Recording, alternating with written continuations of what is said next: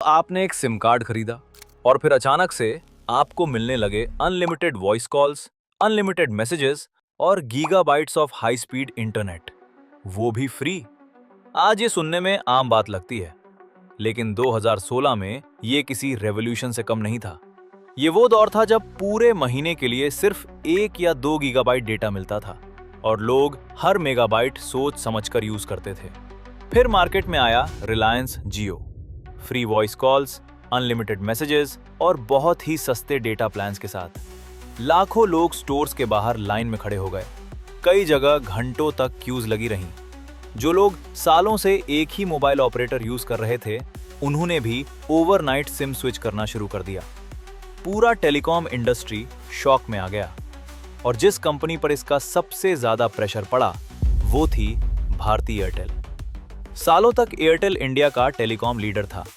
फिर एंट्री हुई रिलायंस जियो की, और जियो सिर्फ एक नया कॉम्पिटिटर बनकर नहीं आया, उसने पूरे गेम के रूल्स ही बदल दिए।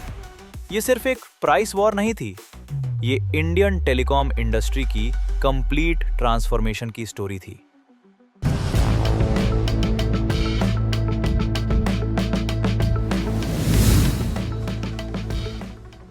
This is the episode 1 of Business Wars. जियो के इम्पैक्ट को समझने के लिए पहले यह समझना जरूरी है कि 2016 से पहले एयरटेल की पोजीशन क्या थी।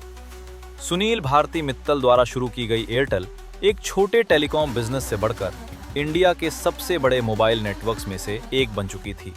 उसकी स्ट्रैटेजी सिंपल थी, नेशन वाइड नेटवर्क बिल्ड करो, रिलायबल सर्विस दो और एग्रेसिवली एक्सपैंड करो। धीरे धीरे एयरटेल प्रीमियम मोबाइल कनेक्टिविटी का सिनोनिम बन गई। करोड़ों कस्टमर्स ब्रांड पर ट्रस्ट करते थे। उस वक्त इंडियन टेलीकॉम मार्केट आज से काफी अलग था। वॉइस कॉल्स के अलग चार्जेस होते थे, एसएमएस अलग, मोबाइल डेटा अलग, इंटरनेट महंगा था, लोग हर मेगाबाइट डेटा का हिसाब रखते थे। इंडस्ट्री में एस्टैब्लिश्ड प्लेयर्स थे। ऐसा लगता था कि टेलीकॉम मार्केट अब स्टेबल हो चुका था, लेकिन फिर सब कुछ बदल गया। सितंबर 2016 में रिलायंस जियो ने ऑफिशियली अपनी नेशन वाइड सर्विसेज लॉन्च की। छोटे डिस्काउंट्स देने के बजाय जियो एक ऐसा ऑफर लेकर आया जिसने पूरी इंडस्ट्री हिला दी, free voice calls, introductory period में huge amount of free data और एक नेशन वाइड 4G नेटवर्क जो शुरू से ही डिजिटल फर्स्ट अप्रोच के साथ बिल्ड किया गया था। कंज्यूमर्स हैरान रह गए। पहली बार करोड़ों लोगों के लिए मोबाइल इंटरनेट जेन्युइनली अफोर्डेबल बन गया।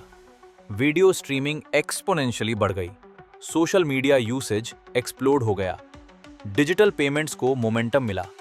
स्मार्टफोन सिर्फ कम्युनिकेशन डिवाइस नहीं रहा, वो डेली लाइफ का सेंटर बनने लगा। जियो सिर्फ सिम कार्ड्स नहीं बेच रहा था, वो लोगों को ऑनलाइन लाइफ एडॉप्ट करने के लिए एनकरेज कर रहा था। अब कॉम्पिटिटर्स के सामने एक बड़ी प्रॉब्लम थी। अगर प्राइसेस हाई रखते तो कस्टमर्स जियो की तरफ चले जाते, और अगर प्राइसेस कम करते तो प्रॉफिट्स पर प्रेशर आता।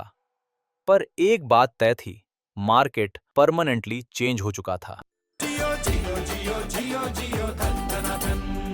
एयरटेल के लिए ये सिर्फ मार्केट शेयर बचाने की लड़ाई नहीं थी, ये पूरे बिजनेस को रीडिफाइन करने का वक्त था। कंपनी ने जल्दी ही कॉम्पिटिटिव डेटा प्लान्स और अनलिमिटेड कॉलिंग ऑफर्स लॉन्च किए। 4G इंफ्रास्ट्रक्चर में इन्वेस्टमेंट्स और तेज कर दिए। नेटवर्क क्वालिटी और कस्टमर एक्सपीरियंस इंप्रूव करने पर फोकस बढ़ा दिया। साथ ही एयरटेल ने अपना डिजिटल इकोसिस्टम भी एक्सपैंड करना शुरू किया। एयरटेल थैंक्स, एयरटेल एक्सट्रीम और कई डिजिटल सर्विसेज को कंपनी ने एक लार्जर स्ट्रैटेजी का हिस्सा बनाया, ताकि कस्टमर्स के साथ रिलेशनशिप सिर्फ मोबाइल कनेक्शन तक लिमिटेड ना रहे। एयरटेल धीरे धीरे एक ट्रेडिशनल टेलीकॉम ऑपरेटर से डिजिटल सर्विसेज कंपनी की तरह सोचने लगी, क्योंकि अब सिर्फ नेटवर्क अच्छा होना काफी नहीं था, कस्टमर्स को ज्यादा वैल्यू चाहिए थी। एयरटेल को भी वही डिलीवर करना था। हालांकि प्रेशर सिर्फ एयरटेल पर नहीं था। कई टेलीकॉम ऑपरेटर्स नए कॉम्पिटिटिव एनवायरनमेंट में सरवाइव ही नहीं कर पाए। कुछ कंपनीज मर्ज हो गईं और कुछ मार्केट से एग्जिट कर गईं। धीरे धीरे इंडियन टेलीकॉम इंडस्ट्री सिर्फ कुछ बड़े प्लेयर्स तक लिमिटेड हो गई। कंपटीशन और भी इंटेंस हो गया, लेकिन कंज्यूमर्स को मिला सस्ता इंटरनेट, बेटर डेटा एक्सेस और stronger mobile networks. Business perspective से देखा जाए तो इस फेज ने एक बहुत इंपॉर्टेंट लेसन दिया। कभी कभी डिसरप्शन इंडस्ट्री को डिस्ट्रॉय नहीं करता, बल्कि स्ट्रॉन्गेस्ट कंपनीज को इवॉल्व होने पर मजबूर करता है। अब एयरटेल का फोकस सिर्फ सब्सक्राइबर नंबर्स बढ़ाने पर नहीं था,